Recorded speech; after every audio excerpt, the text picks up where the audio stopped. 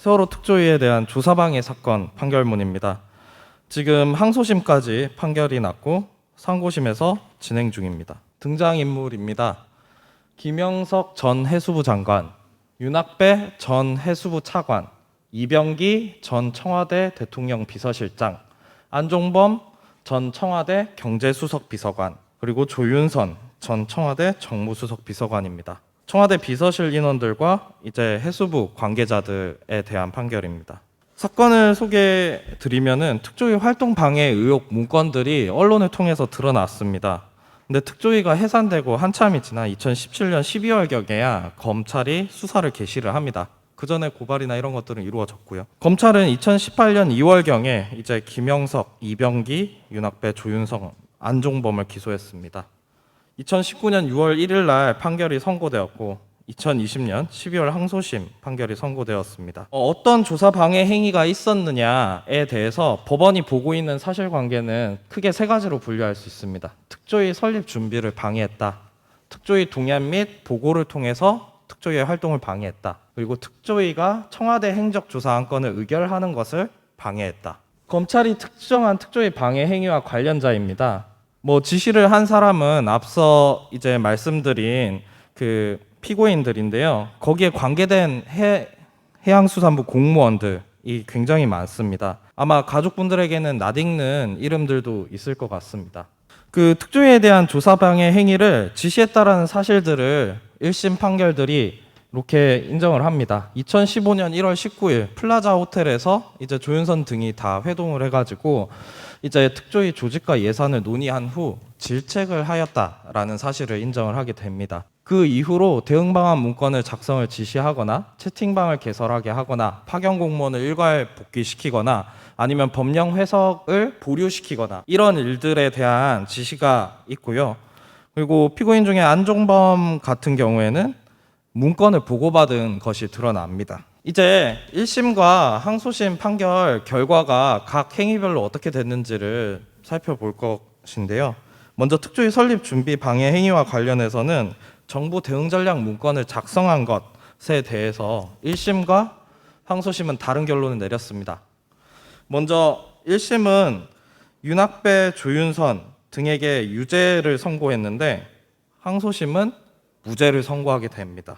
그리고 법령 해석 심의 보류 요청 및 철회, 그러니까 세월호 진상규명법상 특조위의 활동 기간에 관한 정식 해석을 보류시킨 것인데요. 김영석 전 해수부 장관에게 유죄 판결이 났다가 항소심에서 무죄가 선고됩니다. 그 특별조사위원회 지원팀 구성 및 운영 방안 문건에 대해서는 1심과 항소심 전부 다 이제 무죄라고 보았고요. 파견 공무원 일괄 복귀 관련해서는 김영석 전 해수부 장관에게 유죄를 선고했다가 이제 항소심에서 무죄를 선고하게 됩니다. 직제 예산안 작성 및 설명에서는 김영석, 윤학배, 조윤선 피고인 3명에게 유죄를 선고했다가 항소심에서 무죄로 보았습니다. 무엇보다 이제 특조위 설립과 이제 활동을 사찰하기 위해서 바이버 단체 채팅방을 만들거나 일일 상황 보고를 하게 한 행위들이 있는데요. 1심에서는 윤학배 전 차관에게 유죄 판결이 났습니다. 항소심에서는 축소돼서 일부 유죄가 났고요. 그리고 일일 상황 보고 같은 경우에도 윤학배 전 차관에게 유죄가 났는데 항소심에서 일부 유죄만 인정이 되었습니다. 그 청와대 행적조사 안건을 의결하는 것을 방해한 것인데요. 1심에서는 김영석, 이병기, 윤학배 세 피고인에게 유죄를 선고하였지만 항소심에선 무죄를 선고하였습니다. 나머지는 1심도 무죄, 그리고 항소심도 검사의 항소를 기각하며 무죄를 하였습니다. 특별조사가 필요한 세월호 특별조사위원회, 이거는 여당 측 성명서입니다. 여당이 특조위를 비난하기 위해 성명을 발표한 건데요. 그 당시 여당은 새누리당이었습니다. 거기에 대해서 김영석, 이병기, 윤학배가 1심에서 지시를 했기 때문에 유죄가 선고가 됐었는데 2심에서는 무죄가 선고되었습니다. 판결문을 보시면서 좀 주의하셔야 될 거는 문건 지시 행위가 직권 남용에 해당하는지만 살펴보았다는 겁니다. 실제 실행이 되었는지 여부, 거기에서 어떤 효과가 발생했는지 여부에 대해서는 법원이 판단을 하지 않았다라는 지점입니다.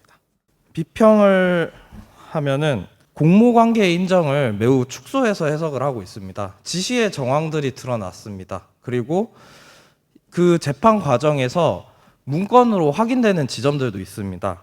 근데 국가기관에 의한 범죄의 특수성이 기본적으로 은밀하게 진행된다라는 지점들이 있는데 공모관계의 인정을 매우 협소하게 판단을 하였습니다. 그리고 공무원들의 행위가 보조행위 또는 사실행위이기 때문에 의무 없는 일을 하게 한 것이 아니다. 즉 직권 남용이 성립하더라도 공무원들에게 그냥 사실행위나 보조행위나 시켰기 때문에 죄가 성립할 수 없다라고 본 것이 항소심 판결이었습니다.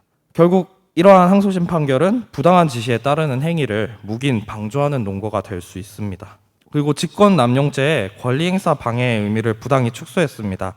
항소심 판결은 직권 남용의 상대방과 권리 행사 방해의 상대방이 같아야 된다라고 판단을 했는데요. 그 말인 즉슨 직권을 남용해서 외부 사람들의 권리가 침해되면 이 사안으로 말씀드리면은 조사 행위 방해는 결국엔 유가족 분들의 권리를 침해하는 것입니다. 그런 권리 행사 방해는 직권 남용으로 처벌할 수 없다라고 설시를 한 것입니다. 그 특조위 활동을 방해하는 것은 제가 누누이 강조드리지만 세월호 유가족들의 진상규명과 책임자에 대한 엄중한 처벌을 요구할 권리, 그런 것들을 이제 헌법상으로는 신원권이라고 하는데 이런 것들을 침해하는 행위이다.